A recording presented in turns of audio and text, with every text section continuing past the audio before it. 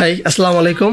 সবাই কেমন আছেন? তো আজকে আমি কথা বলবো যে এটা রিকোয়েস্টের ভিডিও যে ভাই কি কি সফটওয়্যার শিখতে হয় অ্যাজ আর্কিটেক্ট ডিজাইনার বা মোশন গ্রাফিক বা 3D ডিজাইনার যারা সিজিআই কাজগুলো করে, ভিএফএক্স এর কাজগুলো করে। অ্যাকচুয়ালি আমি আজকে একটা লিস্ট নিয়ে এসেছি যে লিস্টগুলো দেখলে আপনি বুঝতে পারবেন বা শিখতে পারবেন যে অ্যাকচুয়ালি কোন কোন সফটওয়্যারগুলো আপনার জানার দরকার। তো আমি এখানে 4টা পার্ট নিয়ে কথা বলবো। 4টা পার্টে 4 ক্যাটাগরির সফটওয়্যার নিয়ে কথা বলবো। সম্পূর্ণ ভিডিও দেখবেন, আশা করি অনেক কিছু শিখতে পারবেন, জানতে পারবেন। প্রথম হচ্ছে যে অটোক্যাড সফটওয়্যার নাম্বার 1-এ রাখবো। 2D ড্রাফটিং বলেন বা যে কোনো ধরনের ড্রাফটিং করার জন্য 2D অটোক্যাড সফটওয়্যারটা হচ্ছে বেশি ইউজফুল ব্যবহৃত। তো অটোক্যাড সাথে কম্পেয়ার করে আরো অনেক সফটওয়্যার আছে, তবে অটোক্যাড হচ্ছে আমার জানা মতো যে 99% ডিজাইনাররা, আর্কিটেক্ট বলেন, সিভিল, স্ট্রাকচার, মেকানিক্যাল, যে কোনো ডিজাইনাররা কিন্তু অটোক্যাডটা ইউজ করে। তো অটোক্যাড নিয়ে বেশি কিছু বলার অপেক্ষায় রাখে না। তারপর নাম্বার 2 মানে সেকেন্ড পার্টে আমি কথা বলবো 3D সফটওয়্যার নিয়ে। এই 3D সফটওয়্যার নিয়ে কথা বলার আগে আমি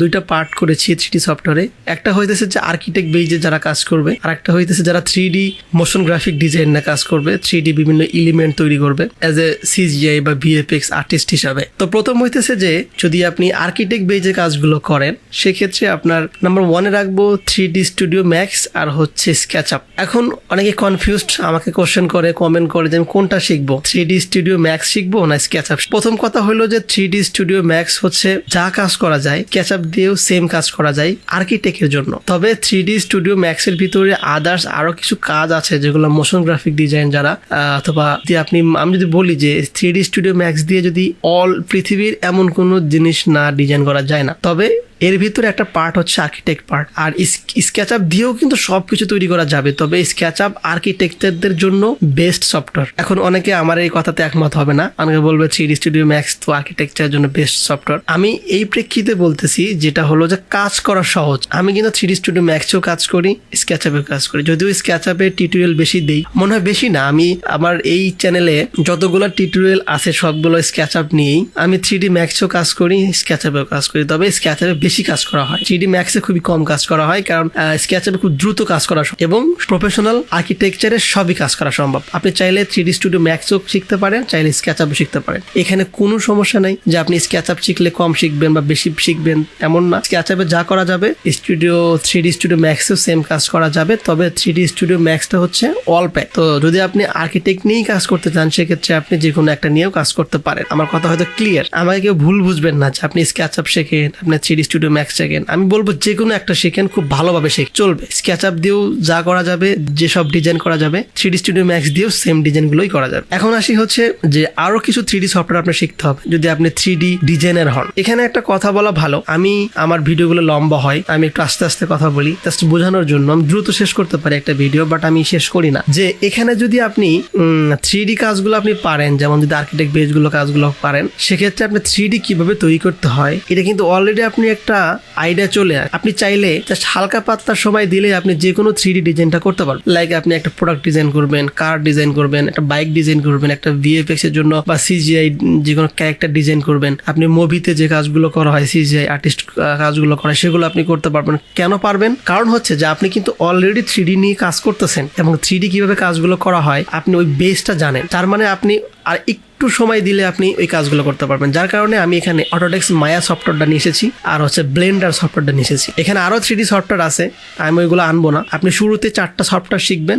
যদি আপনি আর্কিটেক্টে কাজ করেন তাহলে আপনি 3D স্টুডিও ম্যাক্স অথবা স্কেচআপ যে কোনো একটা শিখবেন, আর পরবর্তীতে কাজগুলো আরো 3D কাজগুলো করার জন্য আপনি অটোডেস্ক মায়া অথবা ব্লেন্ডার এই 2টা সফটওয়্যার শিখবেন। এই হলো 3D বেস 3D সফটওয়্যার। এখন আসি যে 3D জিনিসটাকে যে রেন্ডার করি আমরা, রিয়েলিস্টিক রেন্ডার করার জন্য কোন কোন সফটওয়্যারটা দরকার, সেক্ষেত্রে আমি বলবো যে রেন্ডার সফটওয়্যারের মধ্যে আমি 2টা সফটওয়্যারের নাম বলবো আপনাকে। অনেক সফটওয়্যার আছে, সবগুলো শেখার দরকার নাই। প্রথমে আপনি ভিরে এবং লুমিয়ন এই 2টা সফটওয়্যার শিখবেন। ভিরে লুমিয়ন শিখলে আপনি যে কোনো ডিজাইনটা আপনি রিয়েলিস্টিক আউটপুট নিয়ে আসতে পারবেন। তারপরে আরো অনেক সফটওয়্যার আছে, corner render, D render, twin motion, এগুলো পরের ব্যাপার, এগুলো নিয়ে পরে আপনি শিখবেন, তবে এই 2টা আগে শিখবেন। তারপরে আসি হচ্ছে এখানে পার্ট কেন পার্ট করে রেখেছি, যে অ্যাকচুয়ালি আমাদের এই পার্টগুলো করার মানে হলো যে আমরা সহজ সহজে বুঝতে পারেন যে আসলে কত ক্যাটাগরি সফটওয়্যার আপনার জানা দরকার। তো পোস্ট প্রোডাকশনের সফটওয়্যারগুলো আমি নিয়ে কথা বলবো। যেমন নাম্বার 1 ফটোশপ, ইলাস্ট্রেটর আর হচ্ছে লাইটরুম। ফটোশপ সফটওয়্যারটা এমন একটা সফটওয়্যার যে গ্রাফিক ডিজাইনের জগৎটাকে চেঞ্জ করে ফেলছে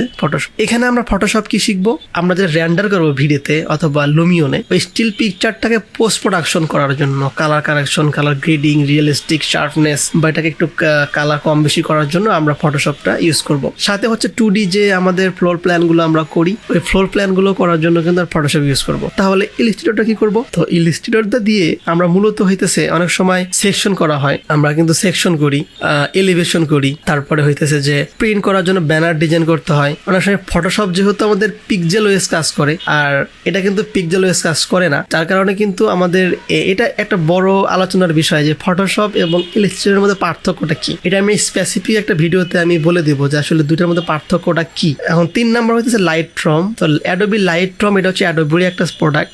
অনেকে এই সফটওয়্যার নামটা বলে না, হাইড ট্র্যাক কাজ করে অ্যাডোবি লাইটরুমে, বাট এটা বলে না। মূলত হইতেছে যদি কালার গ্রেডিং, কালার কারেকশনের জন্য বেস্ট কোনো সফটওয়্যার হয় স্টিল পিকচারের জন্য, সেটা হচ্ছে অ্যাডোবি লাইটরুম। তো অ্যাডোবি লাইটরুম হইতেছে যে এটা দিয়ে আপনি ইন্টেরিয়র এক্সটেরিয়র যখন আমরা রেন্ডার করি ওই স্টিল পিকচারটাকে আমরা বিভিন্ন ধরনের কালার কারেকশন করতে হয়, সেক্ষেত্রে লাইটরুমটা বেস্ট।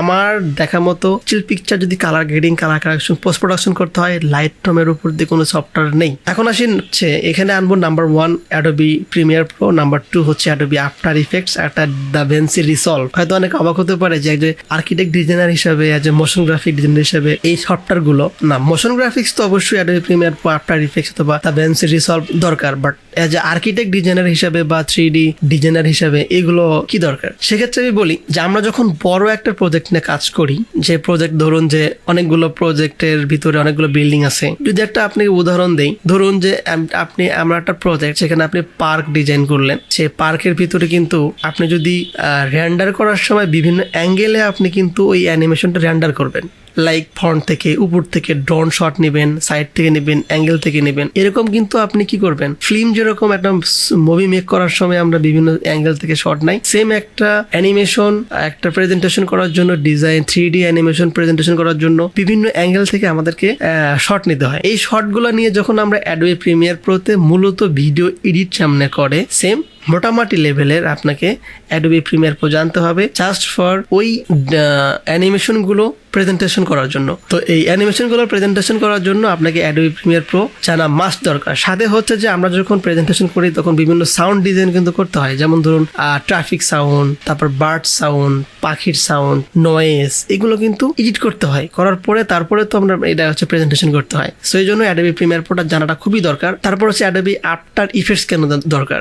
সেক্ষেত্রে আমি বলি যদি আপনার প্রেজেন্টেশনকে আরো ইফেক্টিভ, আরো আকর্ষণ করতে চান, সেক্ষেত্রে অ্যাডোবি আফটার ইফেক্টস দিয়ে বিভিন্ন ট্র্যাকিং করা হয়। অনেক সময় আমরা গ্রিন স্ক্রিন, রিয়েল মানুষ, আমরা এটা করেছি একটা প্রজেক্টে, যে রিয়েল মানুষকে আমরা গ্রিন স্ক্রিনে বসায় বা বসিয়ে অথবা সে হাঁটতেছে, ওটা গ্রিন স্ক্রিনে নিয়ে সেটাকে অ্যাডোবি আফটার ইফেক্টসে ট্র্যাকিং করে আমরা একদম রিয়েলিস্টিক কিন্তু রেন্ডার করেছি। তো এরা বিভিন্ন কাজ করার জন্য আপনাকে অ্যাডোবি আফটার ইফেক্ট জানা দরকার। তারপর আসি দাভিন্সি রিসলভ কেন দরকার। প্রথম জানা দরকার যে আমি জানি অনেক হয়তো জানে, দাভিন্সি রিসলভ হচ্ছে পৃথিবীর কালার গ্রেডিং, কালার কালেকশন করার জন্য 1 নাম্বার সফটওয়্যার। কোনো একটা ভিডিও ক্লিপ, মূলত এটা ফিল্মে অথবা আপনার হলিউড, বলিউড মুভিতে এই সফটওয়্যারটা ইউজ করা হয় কালার কারেকশন, কালার গ্রেডিং করার জন্য। তাহলে আমরা আর্কিটেক্ট কেন এটা ইউজ করবো? এটা মূলত ইউজ করবো হচ্ছে আমরা লুমিয়ন যখন রেন্ডার করি তখন কিন্তু আমাদের ক্লিপটা কিন্তু বিভিন্ন আমাদের স্যাচুরেশন বলেন, কালার কারেকশন ঠিক থাকে না, ওইটাকে আমাদের মতো করে পোস্ট প্রোডাকশন করতে হয়। ওই ক্লিপটা আমাদের মতো করে পোস্ট প্রোডাকশন করতে হয়। হয়তো কোনো জায়গায় একটু